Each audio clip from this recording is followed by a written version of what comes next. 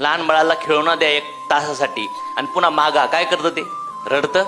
मग तुमचं 60, 70, 80, 90 वर्षाचं काढून घेतलात. जिवंतपणे तुम्ही जर नाही दिलं, नाही सोडलं, तर मरताना मृत्यू येतो आणि सगळं काढून किती तडपडत असेल. मांजर उंदराला पकडती आणि तिच्या पिल्लाला पण पकडती दाताने. उंदराला कसं पकडती? जोरात. आणि पिल्लाला कसं पकडती? अलगद. मृत्यू 2 माणसांना येतो. प्युअर जीवन जगलाय त्याला मृत्यू त्या मांजरीच्या पिल्लासारखा पकडतो, आणि जो माणूस अनकॉन्शियसली प्राण्यासारखं जीवन जगलाय ना, त्याला त्या उंदरासारखं पकडलात.